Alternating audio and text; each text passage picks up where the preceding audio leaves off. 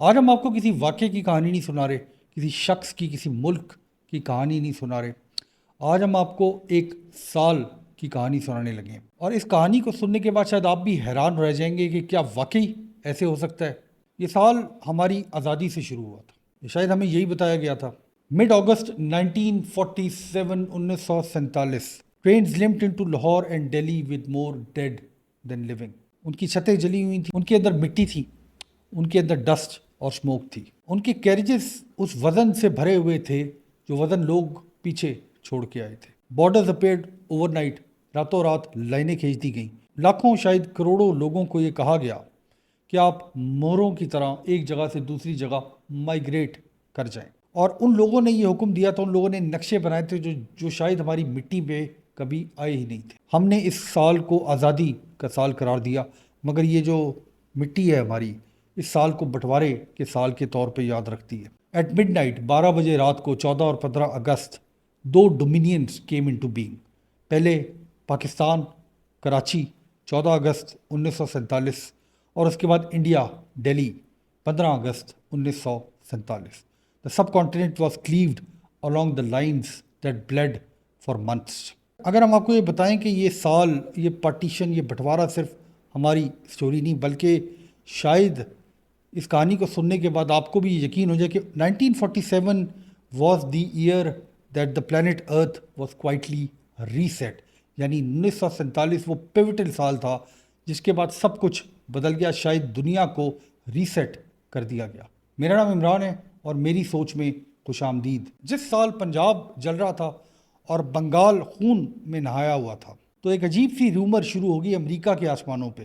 جون 24 1947 کو ایک پائلٹ، یعنی 24 جون 1947 میں کینتھ آرنلڈ اپنا جہاز اڑا رہا تھا، اور اس نے 9 بریلینٹ آبجیکٹس دیکھے آسمان میں ماؤنٹ رینیئر کے آس پاس۔ اس نے کہا کہ like a saucer over water, اور یہ جو پریس تھی اس زمانے کی، یعنی 1947 کے زمانے کی پریس، اس نے یہ جو موشن تھا ان آبجیکٹس کی موومنٹ کا، اس کو مس ریڈ کیا اور خبر یہ لگائی کہ فلائنگ سوسرز دیکھے گئے ہیں، اور یہ جو لفظ ہے فلائنگ سوسرز، اس کا جنم ہو گیا۔ اس کے بعد یہ جو کاپی کیٹ سائٹنگز تھی، یہ امریکہ میں جگہ جگہ دیکھی جانے لگی۔ 2 ہفتے کے بعد، یعنی کینتھ آرنلڈ کی سائٹنگ کے 2 ہفتے کے بعد، عجیب قسم کی ڈیبری نظر آئی روزویل کے پاس۔ یہ ایریا 51 کی سٹوری کے اندر ہم آپ کو سنا چکے، اور ہیڈ لائن اخباروں کی چنگھاڑنے لگیں کہ فلائنگ ڈسک نظر آ گئی ہے، ایلینز کا پتہ لگ گیا۔ اس کے بعد آرمی نے اس خبر کو، یعنی یو ایس آرمی نے اس خبر کو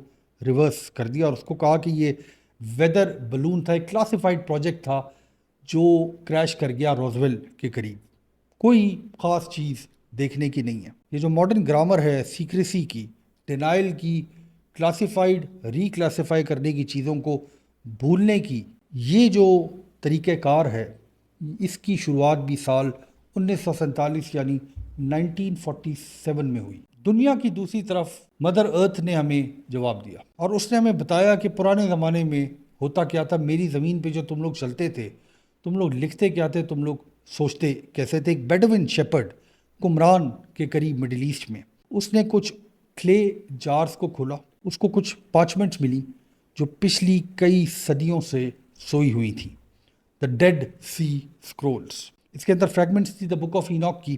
اس کتاب کے اندر واچرز کے بارے میں خبر تھی جو ڈسینڈڈ فرام دا اسکائی، اور انہوں نے فاربیڈن نالج دی انسانیت کو، ہیومینٹی کو۔ یہ وہی سال تھا 1947 جب آسمان کے اوپر فلائنگ سوسر نظر آ رہے تھے پہلی دفعہ۔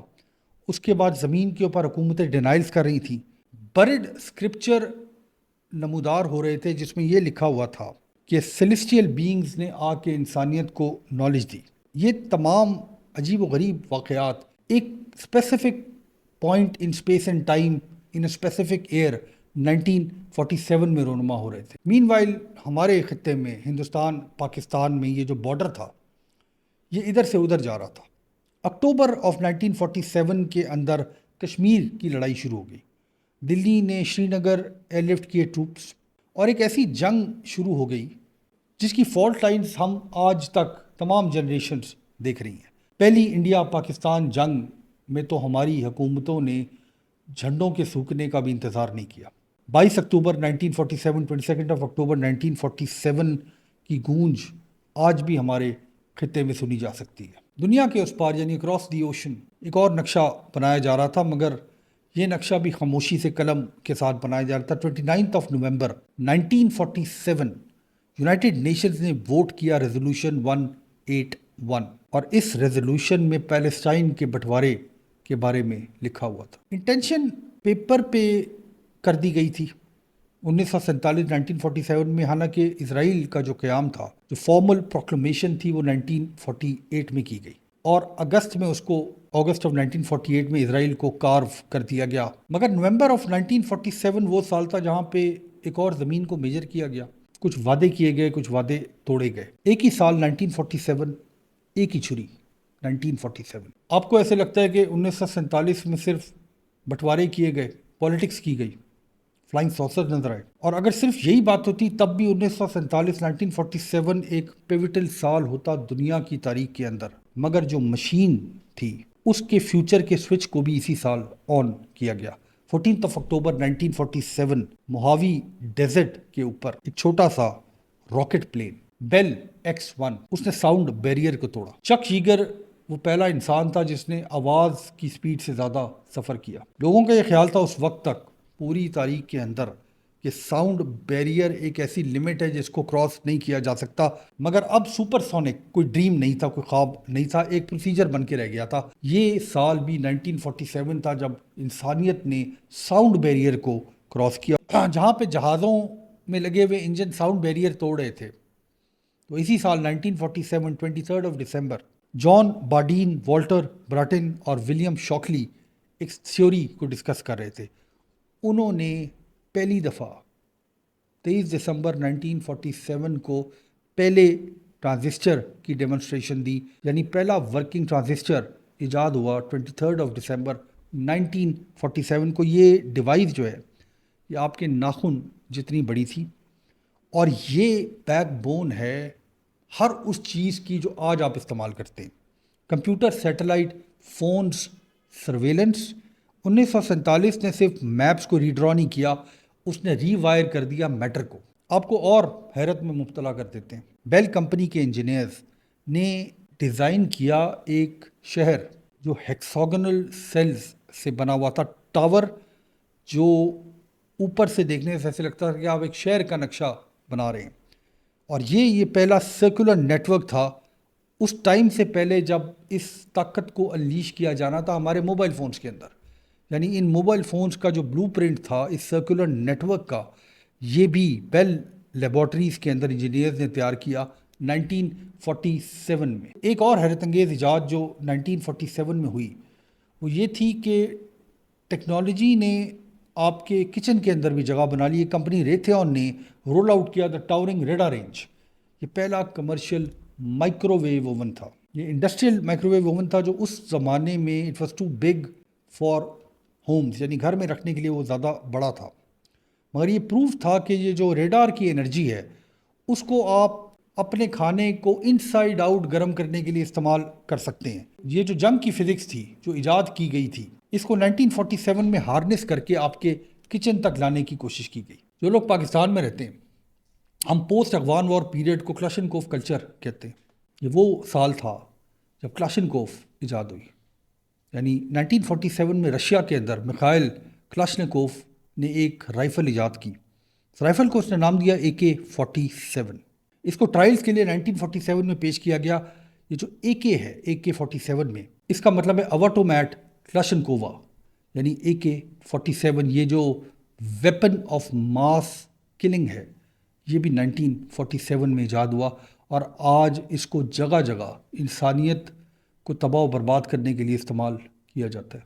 یہ جو عدل کا نظام ہے ہماری دنیا کے اندر آج جو رائج ہے، یہ جو ہمارا مورل کوڈ ہے لاء کے اندر، اس نے بھی کوشش کی کہ 1947 کے اندر اپنے آپ کو تبدیل کرے۔ 24 نومبر 1947 پولینڈ کے اندر آؤشوٹس ٹرائلز شروع ہوئے، یعنی جو ہولوکاسٹ ہوا تھا جرمنی کے اندر دوسری جنگ عظیم میں، اس کا ٹرائل بھی 24 نومبر 1947 کو سٹارٹ کیا گیا۔ ٹوکیو کے اندر ٹوکیو ٹرائلز سٹارٹ ہوئے، اور ہم نے انسانیت نے یہ کوشش کی کہ اپنے گزرے ہوئے گناہوں کا ازالہ کر سکے۔ جو لوگ سیاست